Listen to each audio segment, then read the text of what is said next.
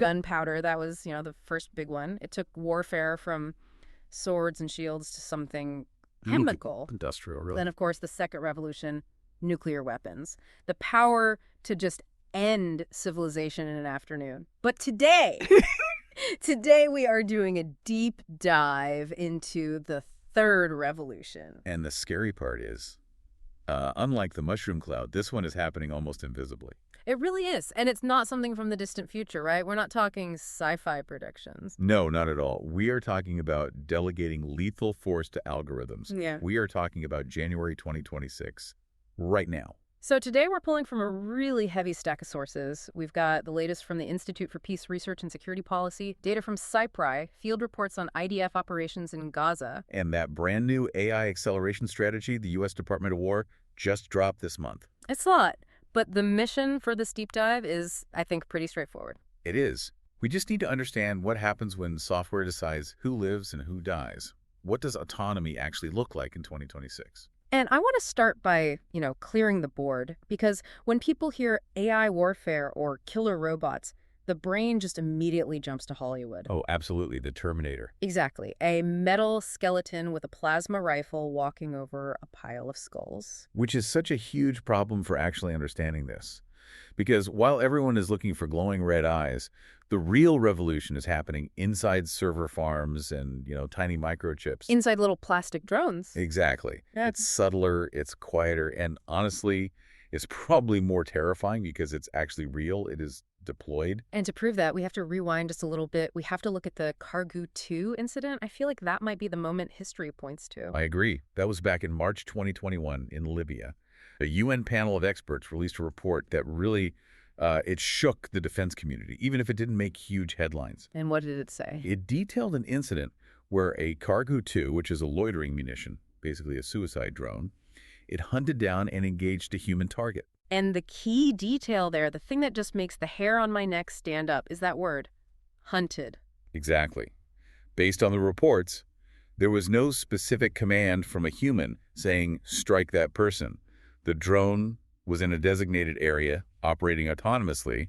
It saw a target that matched its programming. And it made the call. The machine made the call. That was almost 5 years ago. So the question is, where are we now if that was the prototype? Then 2026 is the deployment phase. We're seeing it everywhere, from the trenches in Eastern Europe to the dense urban areas of the Middle East. The genie is not just out of the bottle, it's been mass-produced. Okay, so before we get into those specific battlefields, we need to agree on what we're actually talking about. Because killer robot is a catchy headline, but legally, it seems like a disaster. It's a total mess. And that's one of the biggest hurdles in trying to regulate these things. Just defining it. Yeah, nobody can agree on a definition. If you look at that report from the Institute for Peace Research, the IFSH, they make a huge point about this. There is just no single globally accepted definition of a lethal autonomous weapon system or law Ws. Which sounds like a bureaucratic nightmare. I mean, how do you ban something if the U.S., China, and Russia can't even agree on what it is? You can't. It allows countries to say, oh, we don't have autonomous weapons, while deploying systems that do 99% of the work. Yeah. But there is a framework that helps. It's the loop model. The loop model, okay. This is what Human Rights Watch and most ethicists use. You have to imagine the decision process as a loop. All right, so let's walk through them. Start with the basics. First, you have human in the loop. This is your classic Predator drone from the early 2000s. The machine flies, it shows a pilot a target, the pilot looks at the screen, confirms it, and physically presses a button to fire. Okay, so the machine waits for the human. The human is the trigger. You feel safe. Then you move to human on the loop. Here, the system is automated. It selects a target. It might even initiate the attack. But a human is supervising. They have veto power.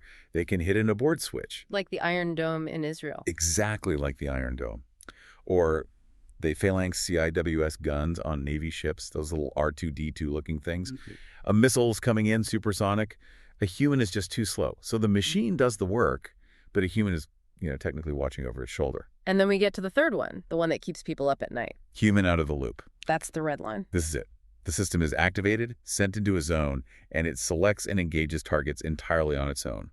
No supervision, no abort switch. The algorithm is judge, jury, and executioner. But the IFSH paper made a distinction I found really useful because people confuse automatic with autonomous. You know, we've had landmines for 100 years. You step on it, it blows up. Is that a killer robot? No, and here's the crucial distinction. Automatic systems, like a landmine or that phalanx gun, they operate in what we call a structured environment. The rules are simple, rigid. If pressure plate equals true, then explode. Exactly. It's predictable, it's reactive, it sits there and waits for a specific trigger. Right. Autonomous systems are designed for open environments, the real world, the messy, chaotic, unstructured battlefield. They have to navigate, identify, adapt, distinguish between a soldier with a rifle and a civilian with a rake. So a landmine waits for you to step on it. An autonomous weapon goes out looking for you. That's the shift. We're moving from defensive automation to offensive autonomy. Yeah. And that is the frontier we're on right now. Okay, so let's look at what that offensive autonomy looks like in practice. We have to talk about Gaza and Ukraine. The reports coming out of the IDX use of AI in Gaza are, well, they paint a very clear, very industrial picture of this.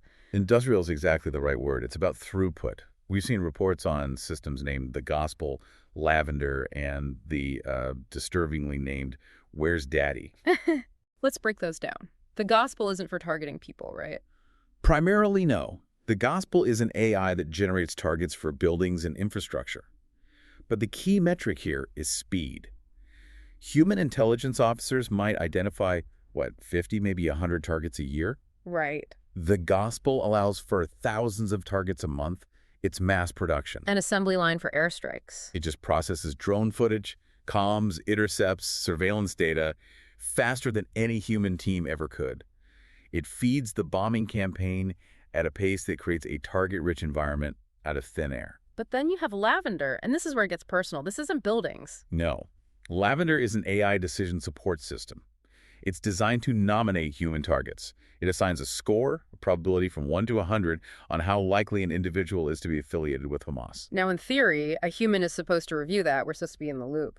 But the reports suggest something else entirely. This is the rubber stamp reality.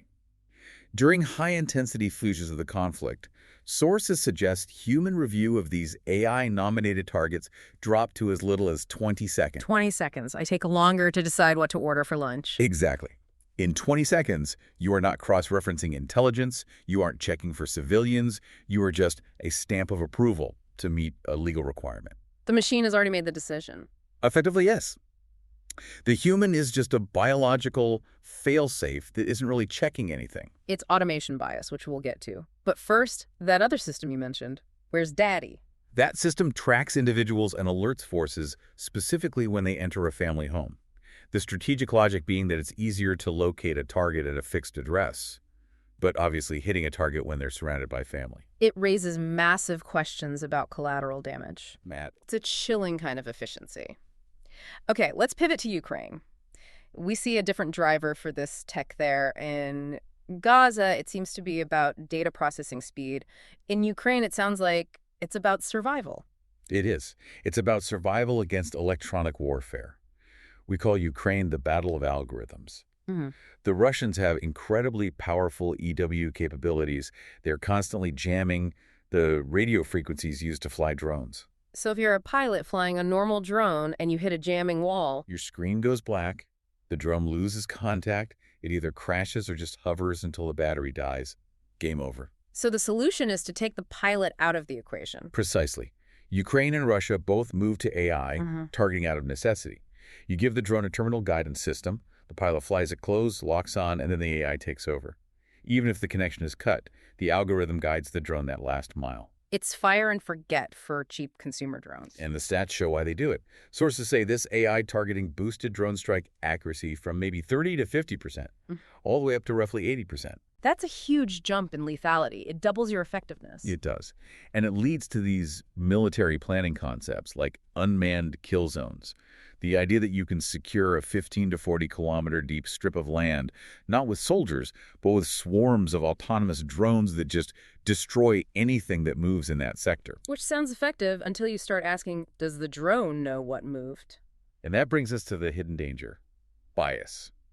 We usually talk about AI bias in terms of like a chatbot saying something rude. Right. Or a bank algorithm denying a loan. But in warfare, bias is lethal. This other report on this is fascinating. It talks about proxy indicators. Explain that. What's a proxy indicator? Well, an AI can't read minds. It doesn't know intent. It'd have to look for visual cues that act as a proxy for hostile intent. So it might learn that groups of men equals threat. But in many cultures, men gathering is just socializing. Exactly. Or another example, firing guns in the air. To an AI trained on Western combat data, that's an attack. But in parts of the Middle East, that's a wedding celebration. The AI sees a pattern it recognizes and drops a bomb. It has no cultural context. And there was a point in there about disability bias I hadn't even considered. That's a critical one. These systems are trained on standard movement data. A healthy soldier walking, running, a person with a limp or someone in a wheelchair moves in a way the AI might see as abnormal. Or a hostile posture. Right. Or maybe even scarier, it might just fail to recognize them as a human non-combatant at all because they don't fit the visual model of a civilian. They just become an anomaly to be purged. So you have the risk of the machine being wrong, but we also have the risk of the human trusting the machine too much. That automation bias you mentioned with the 20-second review. It's just basic human psychology. We trust screens. If a computer analyzes 1,000 hours of footage and pops up a red box that says target probability 99%, are you a tired 20-year-old soldier who hasn't slept in 2 days going to argue? Probably not. You assume it knows something you don't. You're going to press the button. And it leads to what they call moral de-skilling. We lose the ability, or even just the will, to make those hard ethical calls because we assume the machine knows better. Okay, so that's the tactical nightmare. Bad data, bad decisions. But I want to zoom out now. Way out. Because there's a strategic risk here that feels existential, the concept of flash wars.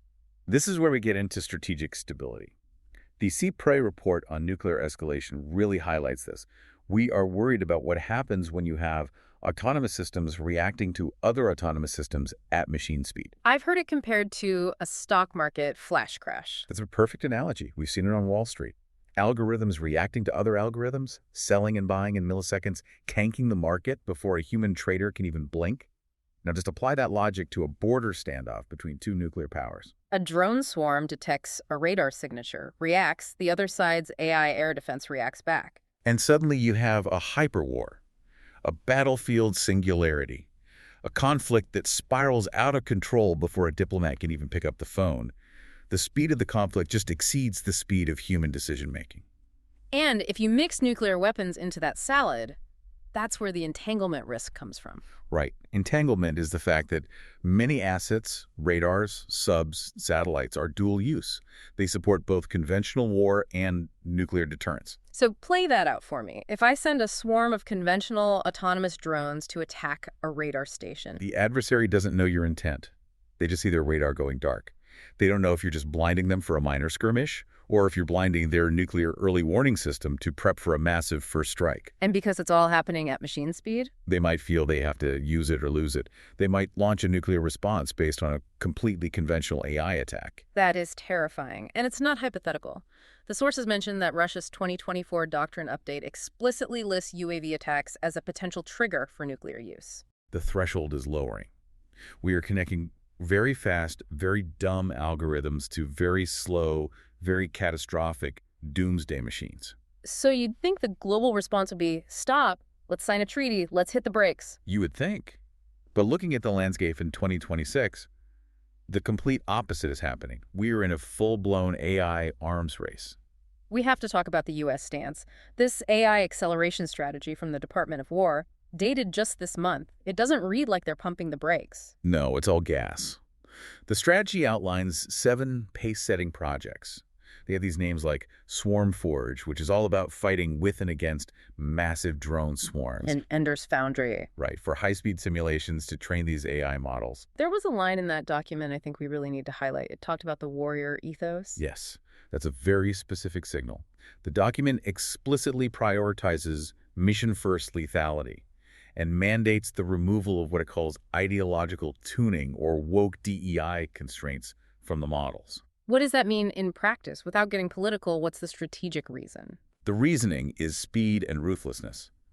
The concern is that if they put too many safety rails or ethical filters on their AI, it will be slower or less effective than the AI being built by, say, China or Russia. It's the classic security dilemma. I can't afford to be ethical because if I am, I lose to the guy who isn't. Exactly. They want the gloves off. They are prioritizing speed and lethality above almost everything else. It's a race to the bottom ethically, but a race to the top of capability. Is anyone trying to stop this?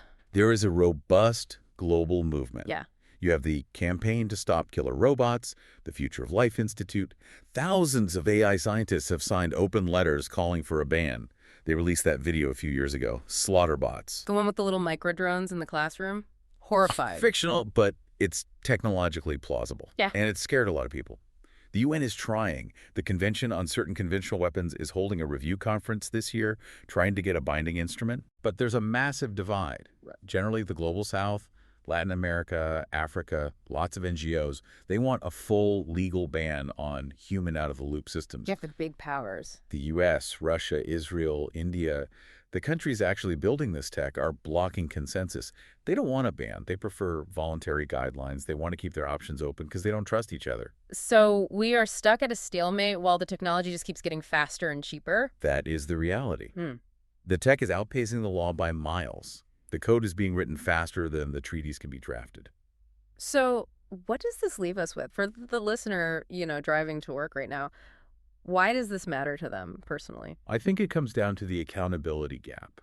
And this is a question for everyone to really chew on. Okay, let's play it out. Let's say next year, a fully autonomous drone decides to bomb a hospital, or it kills a group of soldiers who are trying to surrender. Who goes to jail? That's the question. Is it the commander who deployed the swarm? He didn't pick the target.